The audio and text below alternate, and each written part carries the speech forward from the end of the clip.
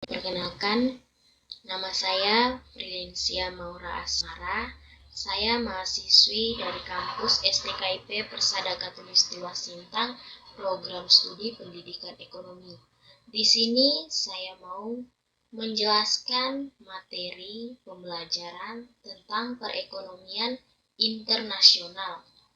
Materi pembelajaran kelas 11 SMA.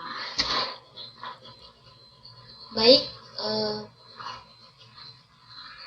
perekonomian internasional itu terdiri dari perdagangan internasional, teori perdagangan internasional, kebijakan perdagangan internasional, pembayaran internasional, neraca pembayaran, kerjasama ekonomi internasional.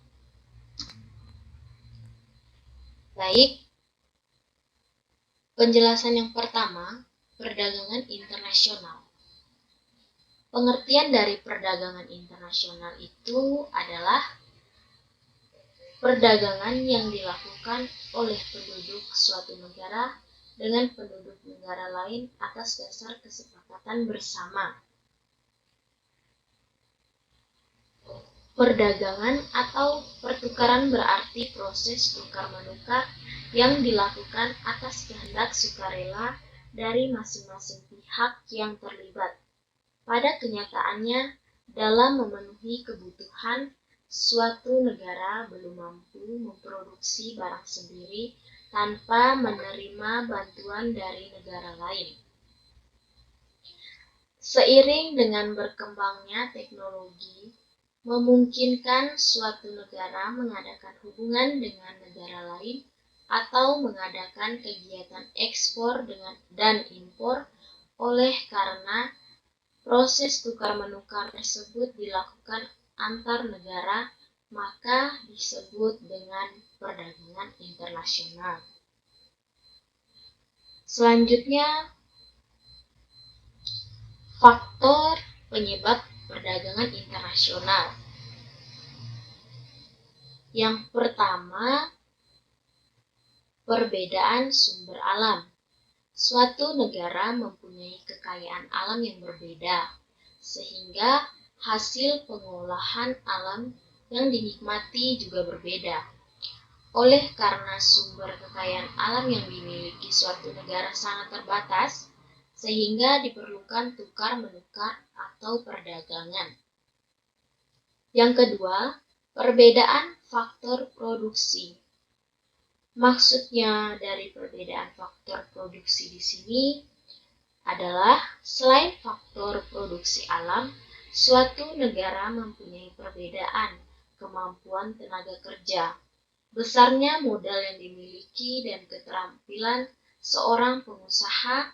Oleh karena itu, produk yang dihasilkan oleh suatu negara juga mengalami perbedaan sehingga dibutuhkan adanya perdagangan. Selanjutnya, kondisi ekonomi yang berbeda. Maksudnya di sini karena adanya perbedaan faktor produksi yang mengakibatkan perbedaan biaya produksi yang dikeluarkan untuk membuat barang, maka bisa jadi dalam suatu negara memerlukan biaya tinggi untuk memproduksi barang tertentu, sehingga negara tersebut bermaksud mengimpor barang dari luar negeri karena dianggap biayanya lebih murah. Selanjutnya, tidak semua negara dapat memproduksi sendiri suatu barang. Maksudnya, karena keterbatasan kemampuan suatu negara, baik kekayaan alam maupun yang lainnya, maka tidak semua barang yang dibutuhkan oleh suatu negara mampu untuk diproduksi sendiri. Untuk itulah diperlukan tukar-menukar antar bangsa. Manfaat perdagangan internasional itu sendiri antara lain memperoleh sejumlah barang yang diperlukan, melaksanakan kegiatan ekspor dan impor, mempercepat pertumbuhan dan pengembangan ekonomi. Masing-masing pihak di sini harusnya mempunyai kebebasan untuk menentukan untung rugi perdagangan tersebut dari sudut kepentingannya masing-masing. Kemudian menentukan apakah ia mau melakukan perdagangan atau tidak. Perdagangan timbul karena salah satu atau kedua belah pihak melihat adanya manfaat ataupun keuntungan yang didapatkan dari proses perdagangan tersebut. Jadi, dorongan atau motif melakukan perdagangan adalah adanya kemungkinan diperolehnya manfaat tambahan terhadap proses pemasaran perdagangan tersebut. Secara garis besar, manfaat dari perdagangan internasional bagi suatu negara. Selanjutnya, teori perdagangan internasional. Teori perdagangan internasional merupakan teori yang menjelaskan tentang arah dan komposisi terhadap perdagangan antara negara serta bagaimana efeknya tersebut terhadap perekonomian suatu negara. Manfaat mempelajari teori perdagangan ini, yang pertama, membantu menjelaskan arah dan komposisi perdagangan antar negara serta efeknya terhadap struktur perekonomian suatu negara. Yang kedua, menunjukkan adanya keuntungan yang timbul dari adanya perdagangan internasional. Dan yang ketiga, dapat mengatasi permasalahan neraca pembayaran yang defisit. Adapun teori perdagangan internasional yang dapat saya uraikan sebagai berikut. Yang pertama, perdagangan kaum merkantilisme.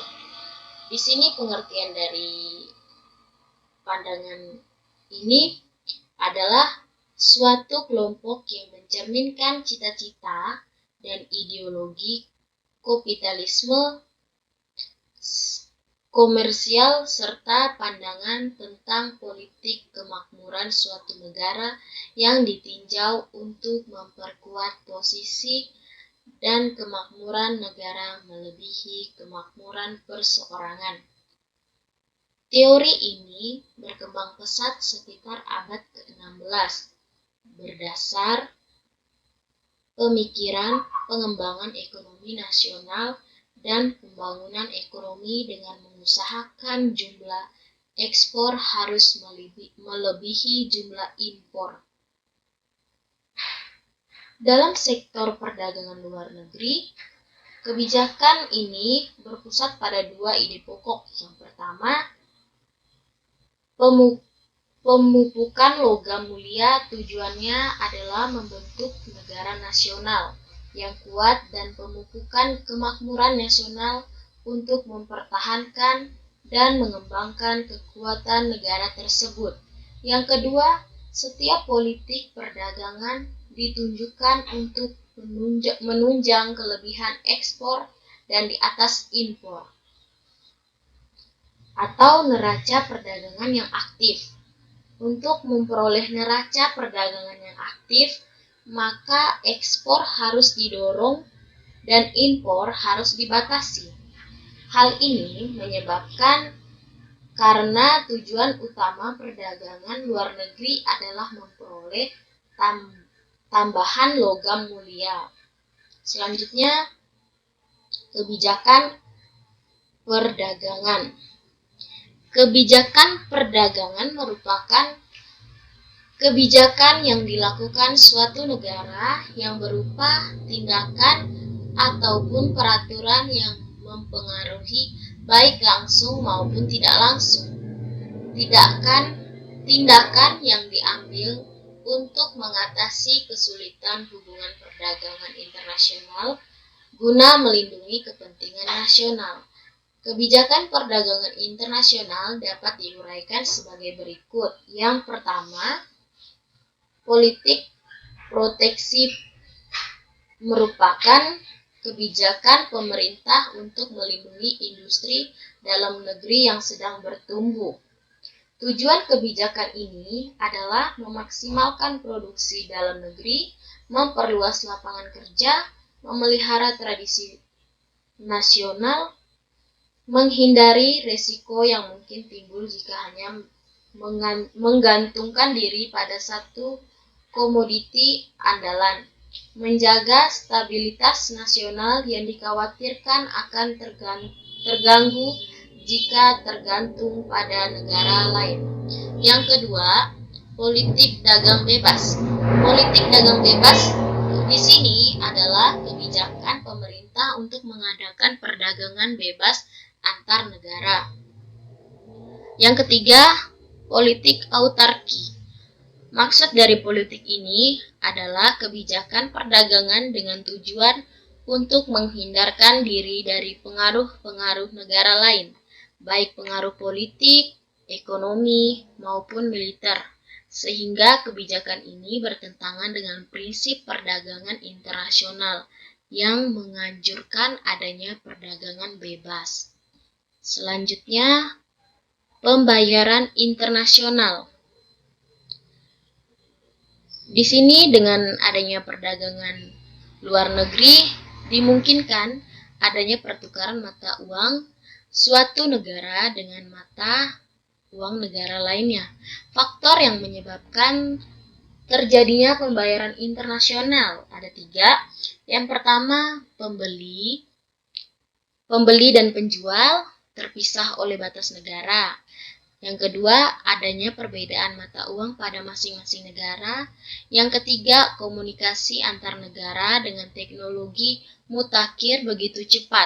Namun, pengangkutan barang terutama yang berbobot berat, tinggi, dan berukuran besar masih menyita waktu yang cukup lama.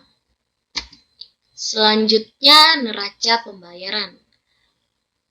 Pengertian dari neraca pembayaran adalah catatan atau dokumen yang mencatat seluruh transaksi ekonomi antara penduduk atau suatu negara dengan penduduk negara lain selama masa tertentu atau 1 tahun. Pada umumnya, transaksi ekonomi internasional berupa pemindah tanganan hak milik atas suatu barang atau jasa dari penduduk negara yang satu dengan penduduk negara yang lainnya. Di sini transaksi dapat dibedakan menjadi 2. Yang pertama, transaksi debit dan yang kedua, transaksi kredit.